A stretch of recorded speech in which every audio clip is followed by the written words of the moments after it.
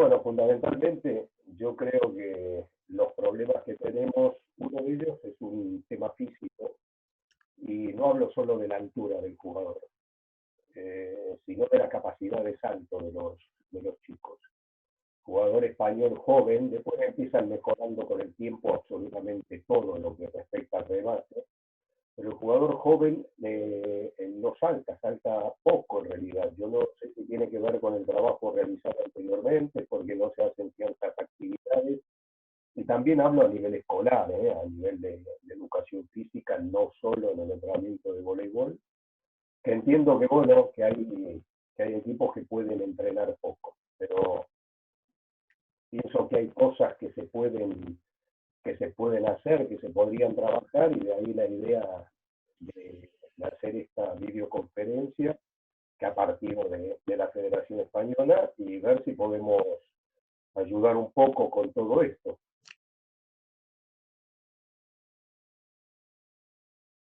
Yo particularmente manejo un concepto de los últimos años particular. Creo que nos hemos limitado en algún momento porque lo que se planteaba del remate era no equivocarse, no fallar, meterla adentro, que haya un poco más de continuidad, pero esto creo que debemos cambiarlo radicalmente y que el objetivo tiene que ser de pegarle alto, fuerte y, si es posible, largo. Detrás de la línea de 6 metros, no buscar cerrar el golpe, pero eso habría que hacerlo. Alto, fuerte y detrás de la línea de 6, golpeando realmente muy fuerte. Trabajar mucho sobre el tiempo, que se puede llamar el momentum, digamos, de hacer una cierta acción, porque el tiempo, siempre hablamos del vuelo del cuerpo, ¿no? Pero el tiempo también tiene que ver con el movimiento del brazo, dependiendo de la pelota que sea, si una pelota alta o rápida. No cambiar el movimiento del brazo, cambiar el tiempo de armado del brazo, dependiendo de una pelota u otra, amén de cuándo inicio la carrera y cuándo inicio salsa. Por eso yo digo momentum, porque con eso creo abarcar un poco todo. El tiempo de salto es solo tiempo de salto, no incluye el tiempo de brazo, por ejemplo, o de armado del brazo.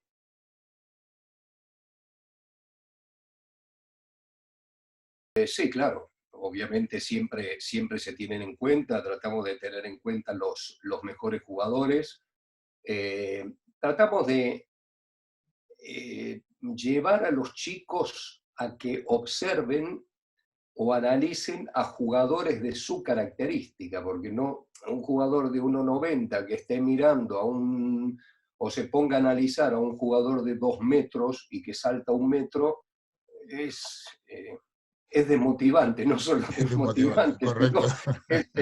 entonces tratamos, y hay jugadores más bajos, digamos, que es la característica del jugador español, jugadores más bajos que son muy buenos atacantes.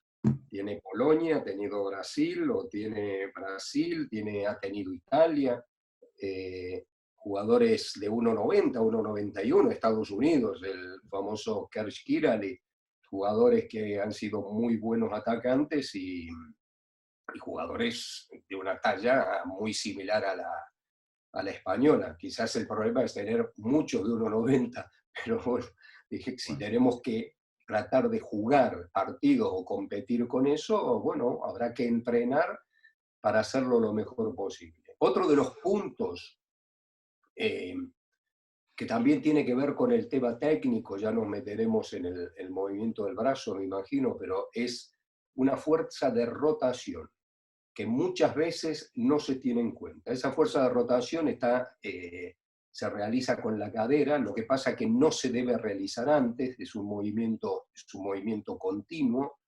y bueno, fuera en inglés llaman torque, ¿no? El movimiento de rotación exagerado. Hay movimiento torque también para hacer un squat, para hacer ciertos movimientos físicos, ¿no? Squat, cargada, lo usan mucho en la halterofilia, pero nosotros con ese nombre de torsión de la cadera en el momento del golpe, eso es muy importante para imprimir potencia, mucha potencia en el golpe. Okay. Y ese es un punto en el que deberíamos prestar atención.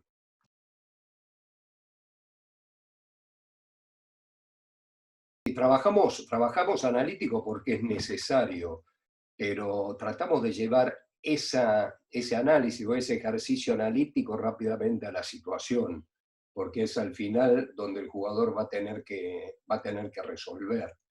Entonces yo creo que las claves que se ha planteado a partir del plan 2025 por la Federación están bien, son correctos. Habría algún detalle en particular, ¿no?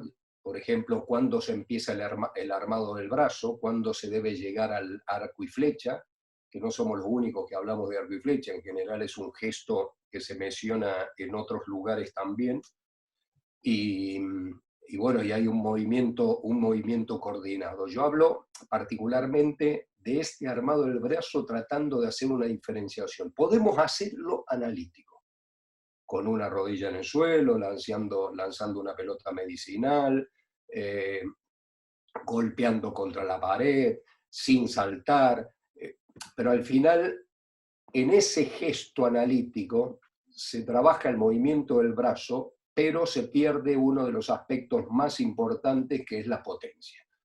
La potencia del golpe, el pegarle fuerte, y bueno, ahí hay un punto en el cual tenemos que trabajar muy bien qué tiempo aplico, ¿no? Ahí al análisis o a la parte analítica, y qué tiempo aplico a la global, que es saltar y pegarle a la pelota. Y de ser posible pegarle fuerte. Yo hablo de 4 pasos: derecho, izquierdo, para los diestros. Entonces, en el último paso derecho, o en el penúltimo paso, si hablamos de la batida de voleibol, en España se llama batida, entonces de la batida, el apoyo del derecho es la que implica llevar los brazos muy altos paralelo atrás y sobre todo extendidos, Cuando se apoya el pie izquierdo y hay un balanceo de brazos hacia adelante, ahí ya empieza lo que se ha puesto ahí en el PowerPoint de las claves, es la escápula activa, la activación de la escápula.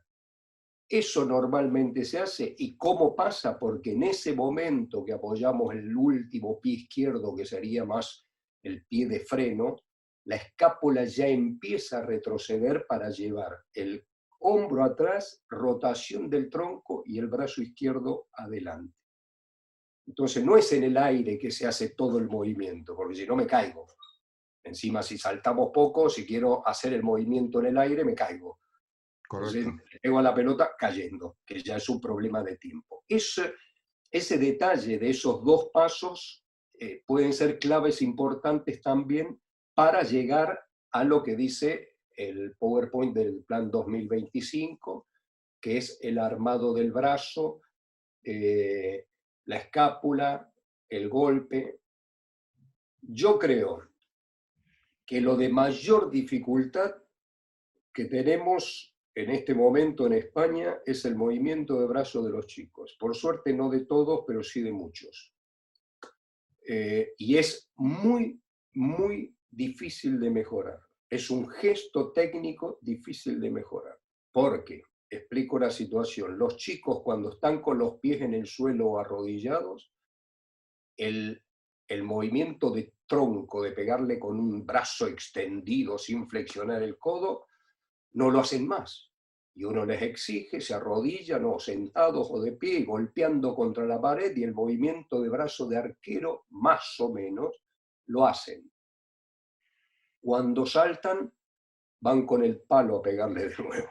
Yo creo que lo de brazo de arquero es muy importante, pero el trabajar los músculos que llevan a la escápula hacia atrás, el infraespinoso, el redondo menor, y que estos los que arman en ese momento la escápula, es muy, pero muy, muy importante.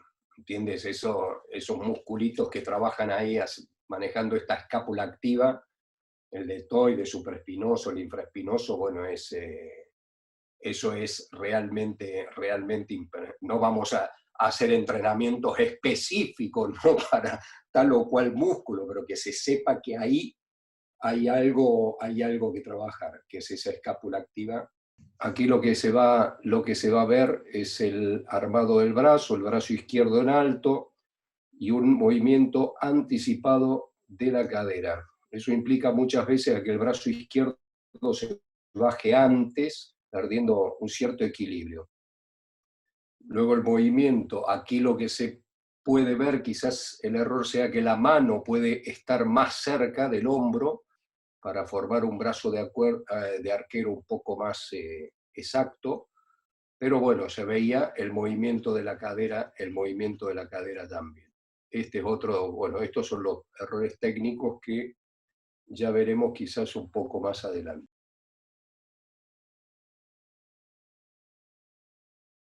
No, yo sigo hablando del gesto técnico en sí, del movimiento del brazo. Yo no noto grandes diferencias. Hay ejemplos, además, bastante claros de jugadores que de una competición a otra han jugado en puestos distintos. Hay nombres de jugadores muy famosos, muy contrastados, o de jugadores que en el club juegan de opuestos y en la selección, perdón, en el club juegan de receptor y en la selección juegan de opuesto, o algún central que en una selección muy importante ha jugado de opuesto unos Juegos Olímpicos. O sea que ahí está dando la pauta que mucha diferencia en el movimiento del brazo no hay. Yo hablo del momentum, de la diferencia de tiempos quizás, y diferencia de tiempo también en el armado del brazo. Pero grandes diferencias no veo, ni siquiera en el alto nivel.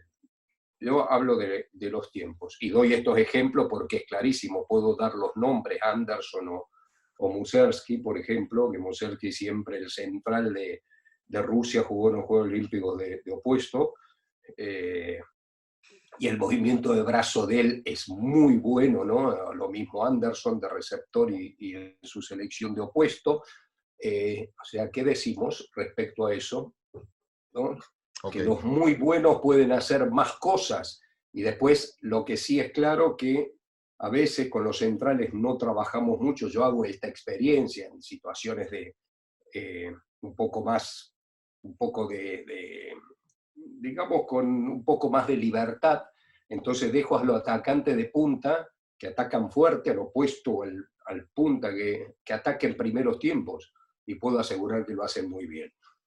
A veces uno dice, no, pero lo hacen muy bien, o sea que después lo que puedan hacer en un partido, hablando de esto de atacar una pelota o jugar después, será seguramente distinto, pero ahí cuando juegan ellos y pasan ellos la pelota e intentan atacar, que tienen ataque libre, que a veces lo hacemos, lo hacen realmente bien, o sea que está bien que son 1 o 2 ataques. Podemos decir que no.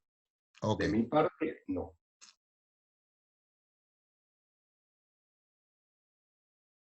Obviamente lo entrenamos, porque los jóvenes lo deben tener. Entrenamos con bloqueómetro, entrenamos con un compañero poniendo las manos con unos guantes de box sobre la red para que no se hagan daño y atacar mirando. Entrenamos en situaciones donde uno salta y el otro no salta, por ejemplo, el bloqueo en la banda, y ahí el jugador tiene que cambiar. Entrenamos mucho sobre la situación, pero desde el punto de vista técnico, si hacen el movimiento del brazo de arquero, abren la escápula, movimiento del brazo de arquero, y esto con rotación o el torque de la cadera, hay un momento en que ese movimiento lleva al que los lleva a ser el que es relativamente más simple, que es el de rotación interna, ¿no? Golpe de rotación interna.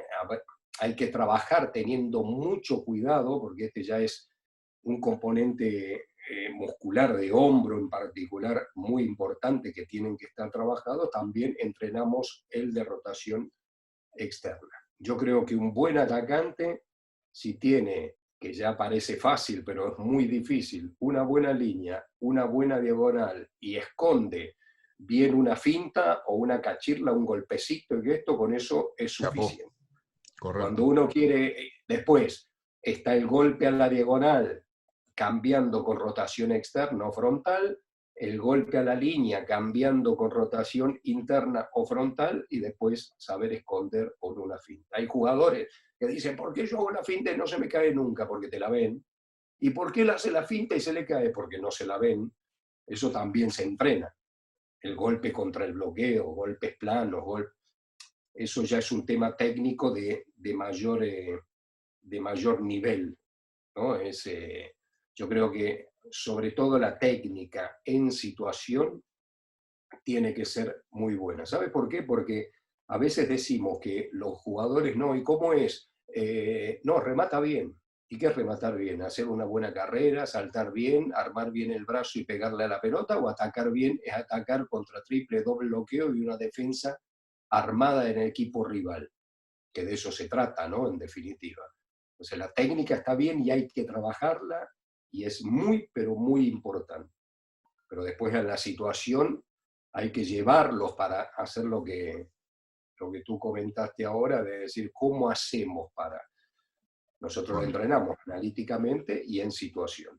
Es decir, salta el central y el de banda no, para que tenga que girar el balón a la línea. Y después, indicaciones de que un equipo de un lado atacan todos a la línea, el central se le da una indicación y sobre la pipe también, y el otro equipo solo diagonal, y después cambian. O individualmente, jugadores que atacan solo a la línea porque les hace falta, y otros solo diagonal porque les hace falta en el entrenamiento. Que no se preocupen por hacer el punto o si los bloquean o les defienden. Están entrenando algo y ya está. Por eso no hacemos mucho entrenamiento por punto nosotros.